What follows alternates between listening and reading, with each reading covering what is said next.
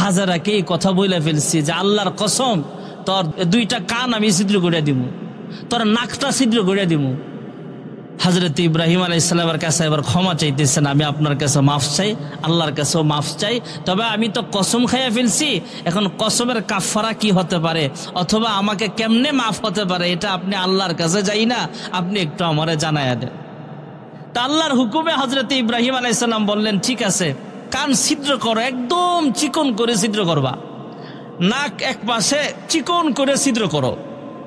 এখন ইব্রাহিম আলাইহিস সালাম দেখলেন, কিরে নাক ছিদ্র, কান ছিদ্র, এখন কি করা যায়?